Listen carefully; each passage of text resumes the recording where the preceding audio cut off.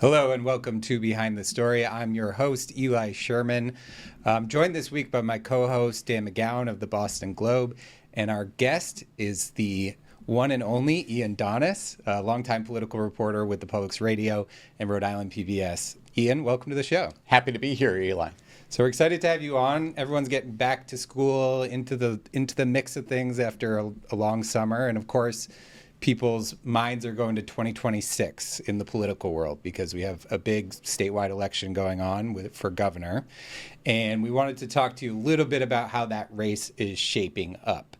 As it stands now, the Governor Dan McKee, has announced that he will be running for re-election.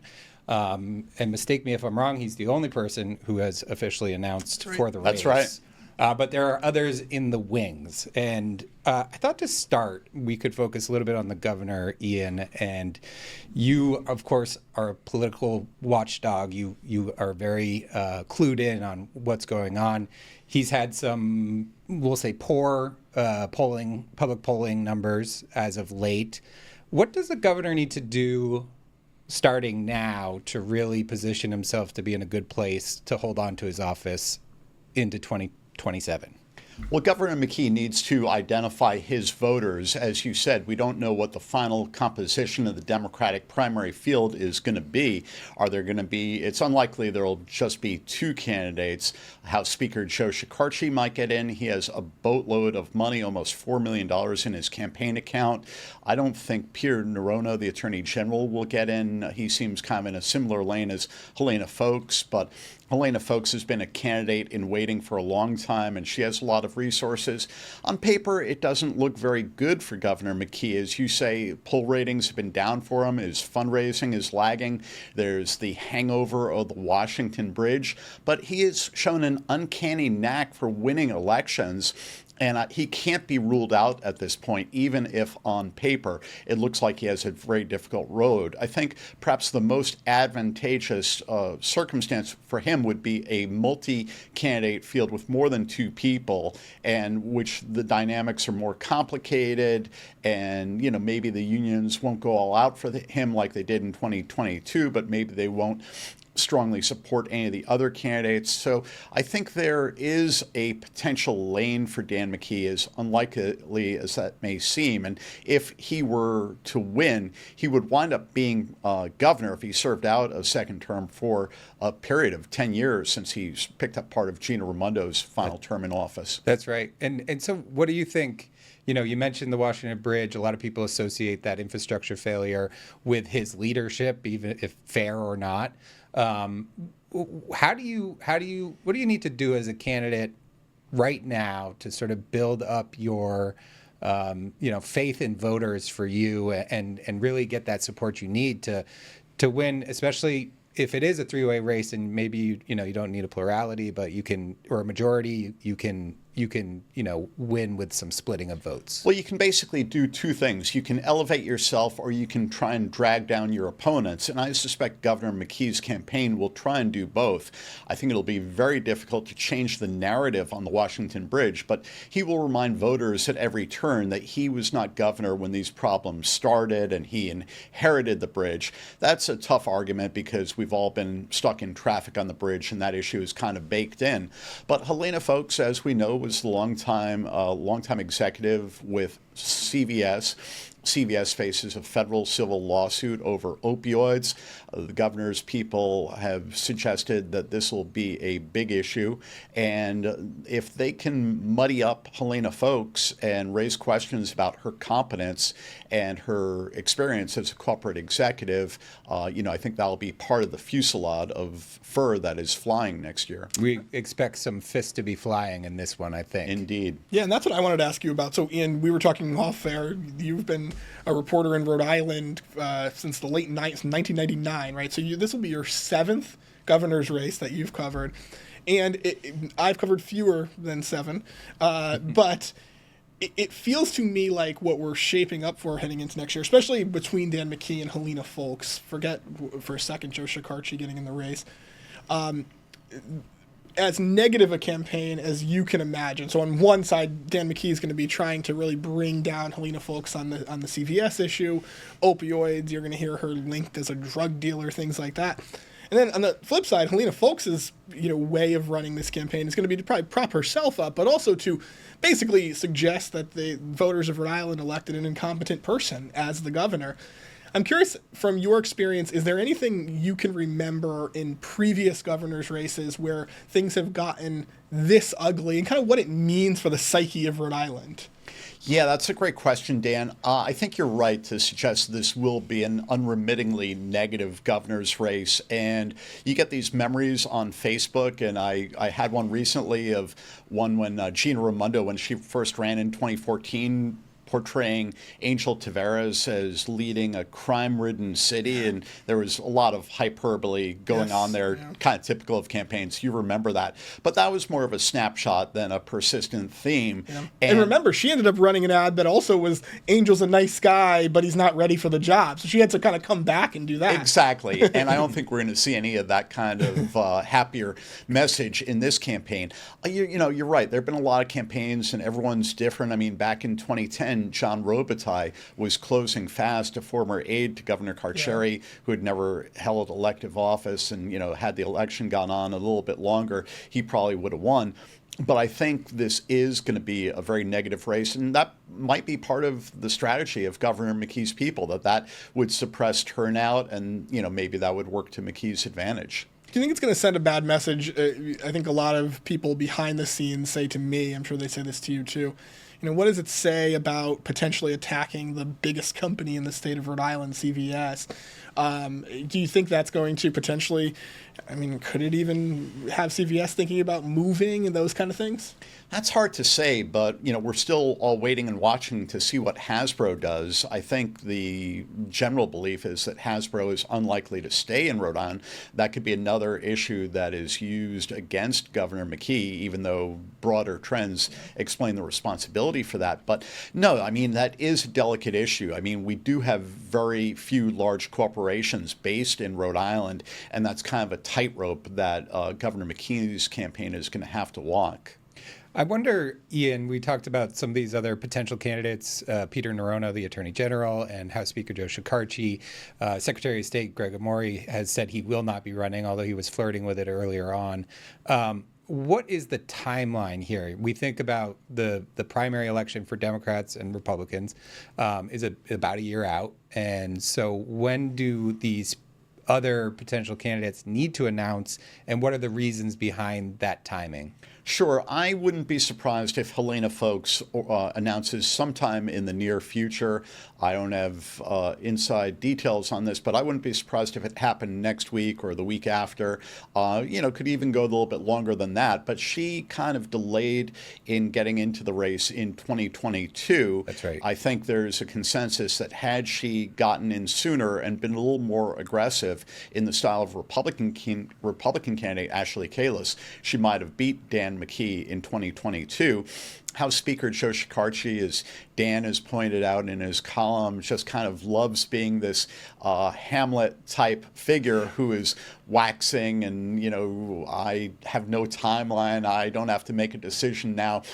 But I think he could wait potentially until December. He is a cautious fellow, as others have noted, and he'll likely pull the field. One interesting thing, if Shekarchi were to get in, would folks be the beneficiary of that as someone who's been more of an outsider to government versus Shekarchi, who's very well liked across the partisan spectrum, but is a creature of the jungle. And Governor McKee, could she carve a path through the middle of them as these two government fixtures, and whereas she is has more of an outsider profile? It'll certainly be something that we'll all be watching very closely in the coming months and over the next year before the primary election. We have to take a quick break, but when we come back, we'll be talking a little bit about the media landscape and Rhode Island healthcare. Stick with us.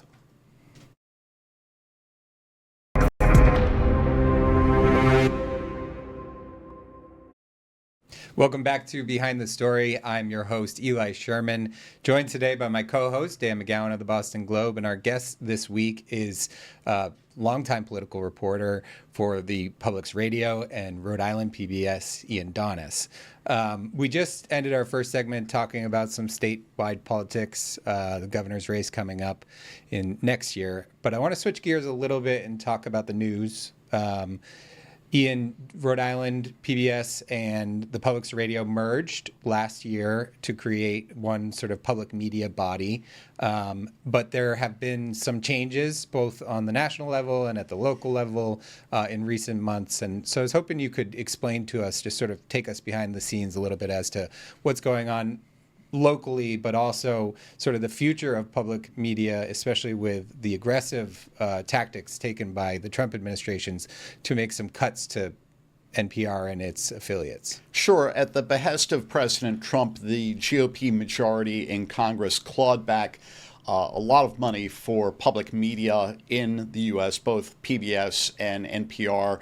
We are a local NPR station. NPR is a network based in Washington. So the long and short of it is that we're losing about $1.1 million a year in support. That is not going to kill us. There's still a bright future for public media in Rhode Island. I think we're going to go on and do great things as our new singular brand name, Ocean State Media, which is formally launching later this year. That'll be a little easier for me to get out. Yes. Yeah, we've had a ridiculously number of name changes since I joined public media in 2009. But, losing $1.1 million is a lot of money for any news organization. So our organization is offering voluntary buyouts, and if not enough people subscribe to that, there may need to be layoffs. But in spite of that, I believe that we will continue to do our mission with great energy, and the opportunity to work in video as well as audio now is something that I'm really relishing. My long-running interview show, Political Roundtable, is being reinvented as a video podcast where the conversations now run longer than half an hour. That is formally launching in mid-September, but I've started doing some interviews for that. And, despite the challenges, I remain very excited about being a political reporter in Rhode Island, which, as all three of us know, is a great place to be a reporter. I'm so curious about your just to take your temperature on how it feels to be a public media reporter right now. Ian, you've been around for a really long time in Rhode Island media. You're well respected among the politicians, both sides of the aisle, all those kind of things. But if you were to look on social media, for example, it's not necessarily just you, but there's just this swarm of attack on public media. Oh my God, you're too liberal. There's no question. Look, your donors tend to lean to the left, things like that. But the Ian Donnis that I know is not a lefty reporter. Do you feel like you're under attack as a journalist, more so maybe than you did, 10 years ago? I don't feel like that in my day-to-day life, Dan. I told you about an episode last year when Eli's colleague Ted Nesi and Nancy Lavin from the Rhode Island Current joined me for a reflection on the top stories of the year, and I put it out on social media, and some guy in Massachusetts said, well, just by looking at a picture of the three of us, he could tell we were commies. Now, that's nonsense. You do run into... I've called you worse, but... Well, it's true. And we're still friends in spite of that. It's because I have a thick skin. You do run occasionally into people like that. But the overwhelming feeling I get is that people appreciate my reporting. Our supporters who provide most of the funding for public media in Rhode Island are very appreciative of the work we do. You guys know that I've done a number of tough stories on Democrats over the year, as all three of us have. And I think, the proof is in the pudding. One time Steve Frias, a former Republican National Committee man, at a public forum I moderated, said reporters in Rhode Island have done more to expose corruption and wrongdoing than the Republican Party. And I think he's right about that. I think the too long don't read part of this is to say Twitter is not necessarily real life. Thank you. And I just want to switch gears one more time. Ian, in addition to covering politics very well, has a very good insight into the state's healthcare system. Ian, when we listen to hospital executives and state leaders, especially Attorney General Peter Nerona, it sounds like the healthcare system is about to fall apart. And I wonder, from your perspective, whether or not you think those doom and gloom calls are overblown, or if that's really the state of healthcare right now in Rhode Island. I think there is a serious crisis in healthcare that's been developing for a long time. I've done a lot of reporting on the former charter care hospitals, Roger Williams Medical Center in Providence and Our Lady of Fatima in North Providence. They have a very uncertain future. The head of Brown University Health, formerly Lifespan, was clearly disappointed that more changes were not made by the legislature this year to address how there's less compensation in Rhode Island for public and private insurance than in Massachusetts and Connecticut. So, are a bunch of hospitals going to fold up and close tomorrow? No, but there are a number of serious issues, and these issues cannot be solved overnight. I feel like there's, what's that old saying about going bankrupt? It happens gradually, then all at once. Is there an all at once moment that we're going to be staring at when it comes to the hospital system, for example, in Rhode Island? That's really a great question, Dan. And I think we're going to have to just wait and see what happens. There's this financing scheme that's being used by a nonprofit out of Atlanta, the Centurion Foundation, to try and acquire the charter care hospitals. And they've had to reform their financing plan due to the current climate on Wall Street and other issues. And, the Attorney General Peter Nerona has told me that, even if this transaction goes through, there's no guarantee that those hospitals will not fail in the future. And that would have a grievous effect as far as removing a lot of care, and the ripple effect of sending a cascade of patients to already burdened other hospitals would really be devastating. So I think you raise a great question, but we just don't know the answer right now. Okay, unfortunately, Ian, we could talk to you all day long. The three of us, and we do sometimes. Right. We're going to have to leave it there for now, but folks should, if you don't follow Ian, you should. He does amazing work all the time, along with all of his colleagues on his team. Ian, thank you so much for joining us today. Thanks for having me, Eli. Thanks, Ian. Okay, and when we come back, the stories we wish we wrote. Stick with us.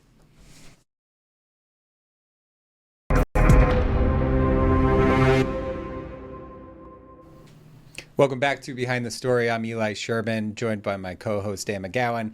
We're entering into the final stage of our show, the stories we wish we wrote. These are the other news. This is the other news that we saw around the area over the past week that really caught our eye. Dan, why don't you start? Take it away. Yeah, sure. So Kate Castellani in the Providence Business News has a really good in-depth story about the Winnapaw Golf Course in Westerly. And Superior Court recently rejected the owners of that course's plans to redevelopment, build hundreds of new units, and the planning board had rejected it. They appealed. The Superior Court upheld the planning board decision. The planning board decision. Yeah, and the reason I love this story, one, as you know, I like to play a little bit of golf every now and then, and you don't say. I see it in your column. Right. The story of the Winnapaw Golf Course, though, is fascinating down there in Westerly, because Winnapaw Golf Course is kind of you go there. I was actually there just last week. You go there, and it's this place that could be a gem. It's a Donald Ross course, which means a lot to golfers. Same person that built Triggs in Providence. Mm-hmm. Could be this beautiful place. It's kind of run down. It's not the nicest place you've ever been. And there's been this talk in town. Do you redevelop it? Do you develop housing alongside of it and then really put a lot into the golf course? This is a public golf course, so anybody can play it.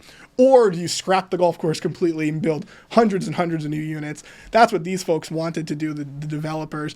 And they argued, look, this is what Westerly needs. This is what Rhode Island needs. We always talk about affordable housing. And the town really came out strongly against it. I think this is a fight that's going to continue in Westerly for a long time. It is the talk of the town down there. Yeah, it's so many land use fights down there over different things, from the beaches to the golf courses. Let me ask you, would you prefer housing or a golf course down there? Tough question. I like the golf. What did you read that you wish you wrote? Yeah, our friend Tom Mooney over at the Providence Journal had a great scoop, at least, and I should caveat that by saying it was the first place I saw it. So if someone else had it and I missed it, I apologize. But he reports that the Rhode Island woman convicted in the infamous stolen valor case is now back in custody. This is Sarah Kavanaugh. You'll remember a few years ago, she was convicted of stolen valor, which essentially meant that she was pretending to be a veteran of war and gathering a lot of veteran benefits, totally defrauding the system. And it was a big deal, a huge story here. She was sent away, had been released to a halfway house, a reentry program, and Mooney got the info that she had a dispute there at the halfway house, and that has landed her back at the Wyatt Detention Center. So a good scoop, but there by Tom. And just a brazen story overall. Just wild. Yeah. I mean, it went on for years, and the amount of money that she stole, and it was really awful. And you know, we can see how well stories do, and that was one that really captured everybody's attention just because of how brazen it was. Oh, for sure. I've got one more quick one, and we'll keep it in-house in some ways. My colleague at the Globe, Ed Fitzpatrick, has a podcast called the Rhode Island Report Podcast, and last week his guest on the podcast was none other than former Channel 12 legend Sean Daly, and they talked about. We love Sean Daly. Sean's the best, and one of my favorite people that I've ever worked with at Channel 12 or anywhere in the business. Right up there with Ian, by the way. And they went over one of Sean's most infamous stories, Mother Ocean, of course, which was a ridiculous scene. Give us a quick synopsis of it. Right? Yeah, I mean, basically, Sean Daly found a group of people who thought they saw a sea monster, and he turned it into an entire package.